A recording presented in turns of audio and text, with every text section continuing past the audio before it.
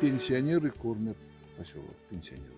Мында шынды бекім бір пычық рабочий место болса болыр, амын магазинда продавец чалша.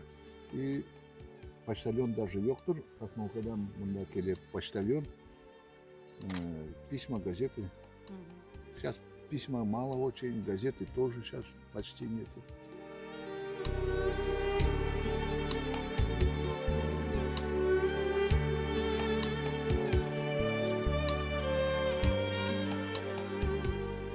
Вот так уже улицы, дома все были, все татары были. Потом немцы этих цыганов тоже уничтожали, да, они татарами сказали, так их тоже сюда привезли. Потом куда-то делись, я не знаю. Уехали, видимо.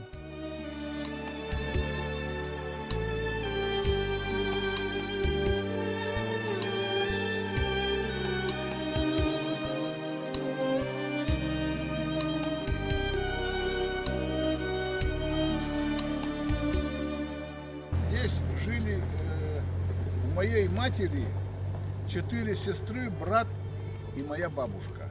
Первое время жили очень тяжело, поэтому из шерсти что-то с собой привезли, а нет, потом покупали здесь у местных людей шерсть.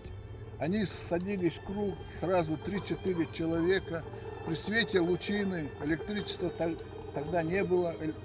Значит, при свете лучины они за ночь вязали большую шерстяную шаль, чтобы на следующий день обменять ее у местных людей на ведро картошки. Кушать-то хотелось всем.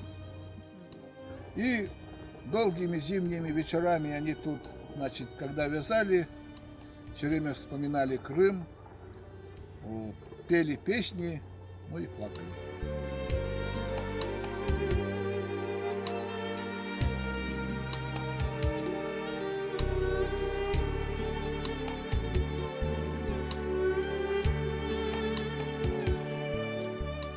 Везли на машинах, чуть помните.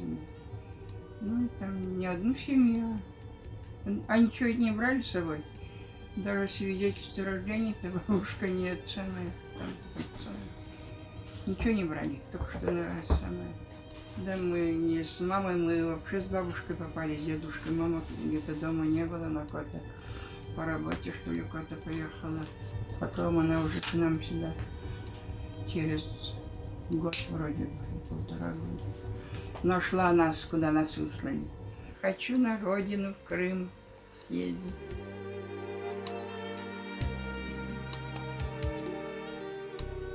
Это 12-й километр автодороги Коса-Юксеева.